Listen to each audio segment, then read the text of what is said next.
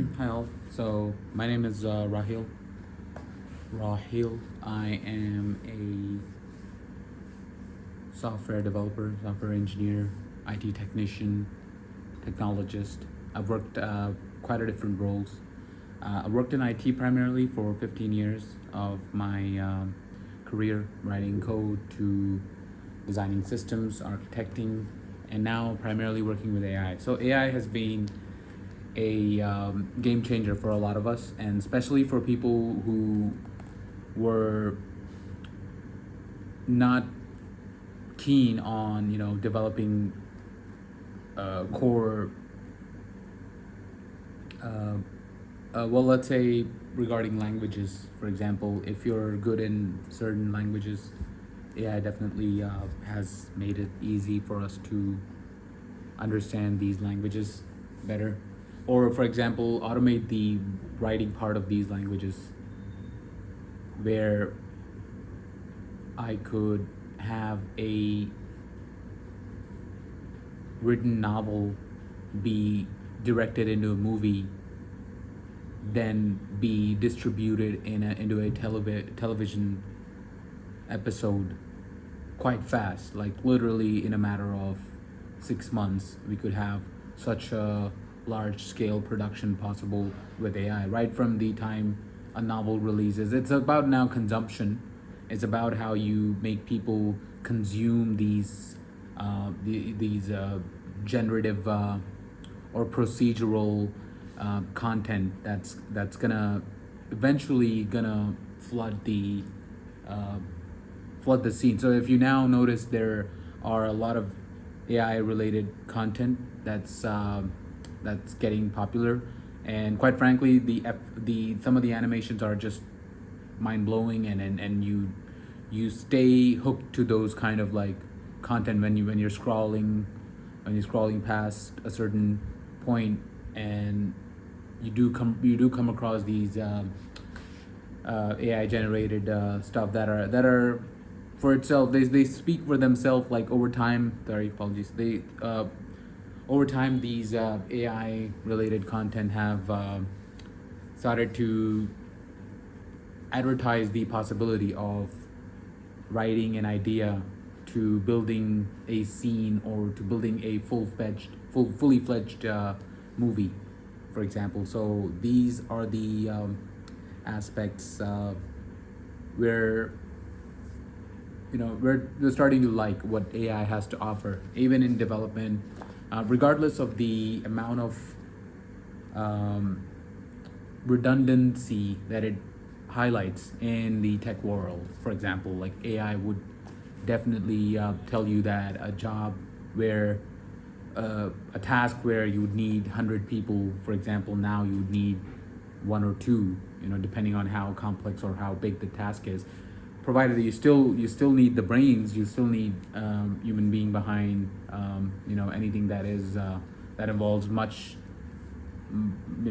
thinking densely, being more creative, and or dealing with legacy systems, for example, handling various integrations. There you need still manpower, like the brain power of an actual human being rather than AI. But for systemic, for automatic, for automation, for tasks that have that are pretty established, then yeah, AI is just which most of us are. Like we're not reinventing the wheel most often, so we're pretty much doing the same thing over and over.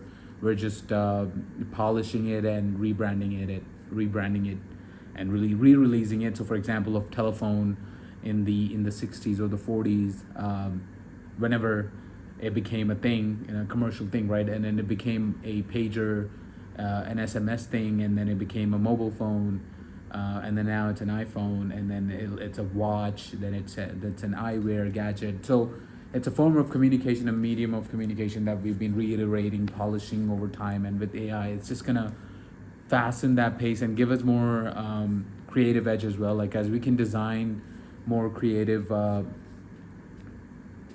ways to solve these problems, and AI can deliver on those needs. So it's a someone put it really well. Like when I read, you give it a prompt. It's a generator of some sort that once you connect it to the right endpoints, it'll yield those results, whatever prompt it is for. So your prompt can have no ends to it, no barriers, like no limits, no restrictions. So a lot about AI has to do with data again, with how smart the model has been trained on data. For example, how fine-tuned it is, how easily it is able to interpret certain different kinds of ways people communicate, and that itself is a big deal to master the use of big and small data to generate the actual value from AI. So upon my good read here on AI, and it's kind of interesting to look at how data is so significant or important to the workings of AI that over time, if left unattended or the foundational aspect of it, ignored, and if we run with this train, the train, eventually, starts forming paths or taking turns that we didn't really plan on. So, modern data engineering is it's in itself is a strong cloud-based foundation. So data which comes from multiple sources gets stitched together into a curated and reusable data set. So to provide data to LLM is to not give it raw data, but instead all the data, all the sources that we get data from has to then go into another box that curates the data and refines it to the standards of the model, for example, that we are employing. So a good foundation relies on framework for data ingestion, ETL that supports diverse data types, and then you have your classifying it, ensuring its quality, capturing metadata. So there's with quality comes the second element. So this is the modern data engineering, where you're not just feeding data to your system, but you're feeding data to a curation system and reusable data set system, where if it's a duplicate information, it knows, okay, it put more weight on that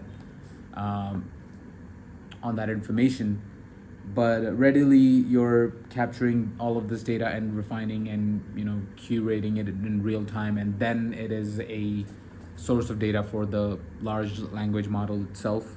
So that then you have how do you assure quality? Then you have governance. Cloud-based AI tools offer advanced capabilities. So AI governance or data governance is another strong suit. Like, who do you really trust? Who would you let control what eventually is going to be the law? Like, for example, AI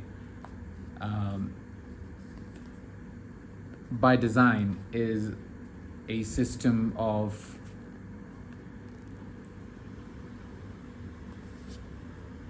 replicating, duplicating, and eventually controlling most of our digital and hardware life, for example. So with that, you have like governance in place. So it's inevitable that AI will take over, and I mean, like, there's no really questions around that. I mean, we do want that. We want comfortable living. We do want luxury for everyone.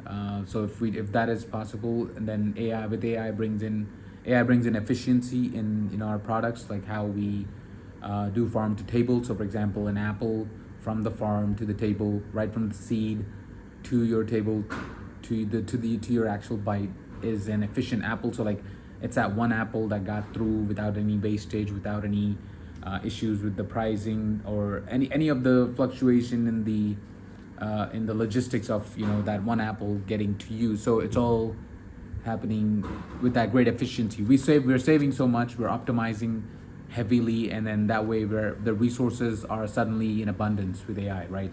AI is able to yeah, just make it very super optimized in a lot of aspects. Then there is the part of data democratization. So now with this kind of an ecosystem, you have a independent AI that is getting a lot of data from a lot of different angles, from a lot of different sources, and then is able to just use that data source, move it into the actual understanding of it and how it reasons with it. And then all of this involves the governance on how you govern, on who's the governing body, on what allows it. So it has to be a very unified thing.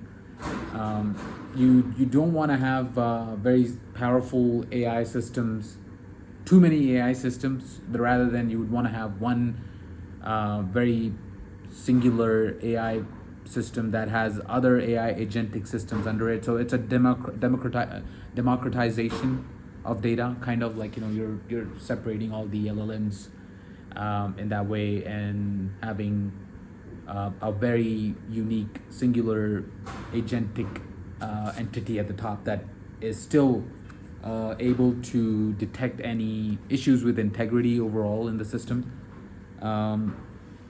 So these are the three capabilities that I wanted to point out. Like, modern data engineering is, again, you know, the understanding how crucial data is for AI and its progress. And as we rely on AI systems, and regardless of what language model you rely on or use on a daily basis, if it's if it's not if it's not a data democratization or open source LLM in its foundation, regardless of what you do on top of that to refine it and fine tune it and make it good. Like, you know, an algorithm can be good, or you can fine tune that attention tuning algorithm, for example, even further as you might see it. But right now, with how we're looking at LLMs, that then it becomes quite interesting to see that an AI is only good. AI system is only good as its data. So if it has information that, you know, not necessarily is correct, or down the line becomes invalid, for example, like the as simple as you know, unified sense of what is an actual historic fact, and if all of us across the globe do not agree with that,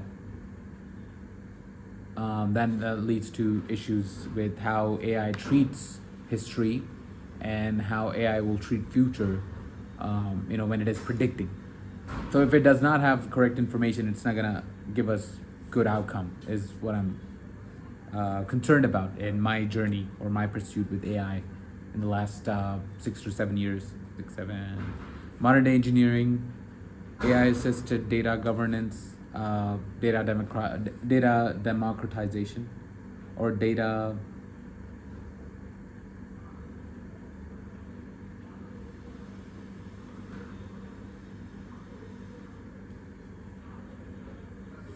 so each company, I think, would need to establish around this, or overall the LLMs itself need to be particular about this, I guess.